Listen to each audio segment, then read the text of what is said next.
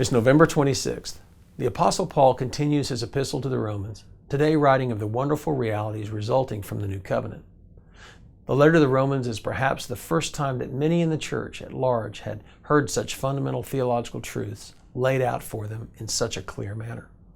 Paul reemphasizes that now all mankind, and not just Jews, can be grafted into God's family and experience their full rights and privileges as adopted children of the King of all creation. He expounds upon the glorious future that awaits both believers and creation itself in the new heaven and the new earth. And Paul explains that this vision of the future is what God intended all along, and now God's plan for world redemption is in full operation. Paul marvels that Gentiles can now become adopted into God's family, while many Jews will, because of their stubborn refusal to see God's intentions that were clearly laid out in the Old Testament, find themselves on the outside looking in.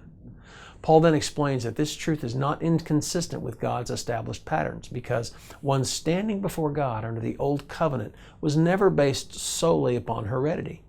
As he explains in chapter 9, verses 6 through 12, not all of Abraham's children were recipients of the Old Covenant promises.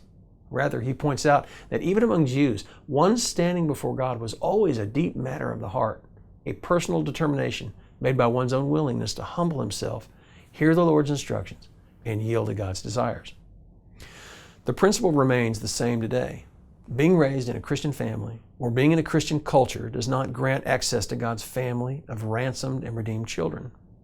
Yes, the new covenant is now available to all mankind, and whosoever will may come. But it is still, and always has been, a personal matter of the heart. It is a personal decision that no one else can make for you. Here's today's application.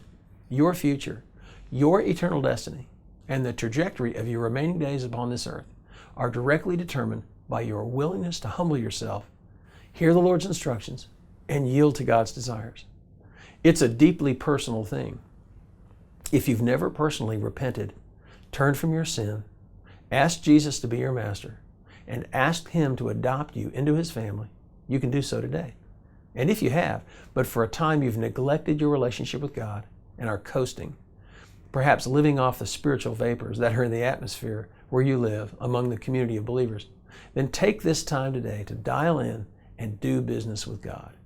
It's a deeply personal thing. Now here's today's prayer.